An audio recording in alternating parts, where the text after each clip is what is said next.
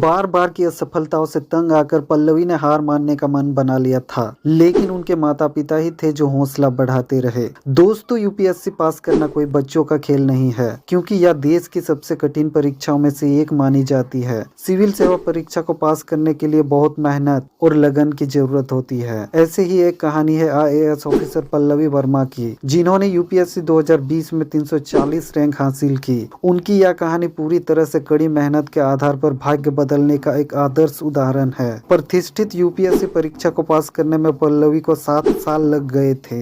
इंदौर में रहने वाली पल्लवी ने अपनी स्कूलिंग इंदौर से ही की है और बायोटेक्नोलॉजी में ग्रेजुएशन भी किया है, और वह अपने परिवार की पहली लड़की है जिन्हें यूनिवर्सिटी जाने और पढ़ने का सौभाग्य मिला। ग्रेजुएशन करने के बाद पल्लवी ने 10 से 11 महीने चेन्नई में सॉफ्टवेयर टेस्टर के तौर पर भी काम किया है, और 2013 के बाद वह पूरी तरह से सिविल सर्विस परीक्षा की तैयारी में जुट गई, और वह 2013 से 2020 तक परीक्षा में शामिल हुई। फिर 3 बार प्रीलिम्स में फेल, 3 बार इंटरव्यू में फेल, लेकिन आखिरकार एक बार मेंस परीक्षा में पहुंचने पर भी सफलता नहीं मिल पाई। हालांकि 2020 में 7वें अटेम्प्ट में 340वीं रैंक हासिल कर आईएएस अधिकारी बन कर दिखाई।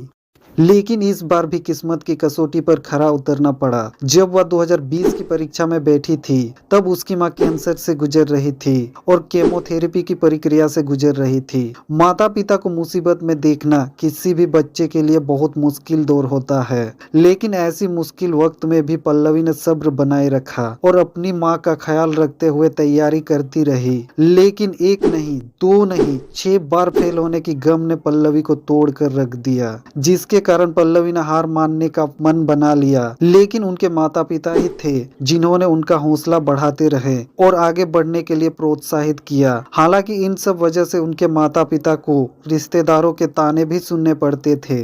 लेकिन 2013 में पल्लवी ने एग्जाम पैटर्न जाने बिना ही तैयारी में जुट गई थी, जिसके कारण वह सफल नहीं हो पाई थी। लेकिन 7वें अटेम्प्ट यानी 2020 में उन्होंने अपनी कमजोरियों को सुधारा और तैयारी के स्ट्रेटेजी में बदलाव किया। फिर वे लाइब्रेरी जाकर टाइम टेबल बनाकर तैयारी करने लग गई। इन बदलावों और कड़ी मेहनत ने आखिरकार उन्हें सफल बनाया और उन्होंने आईएएस अधिकारी बनने के अपने सपने को पूरा किया।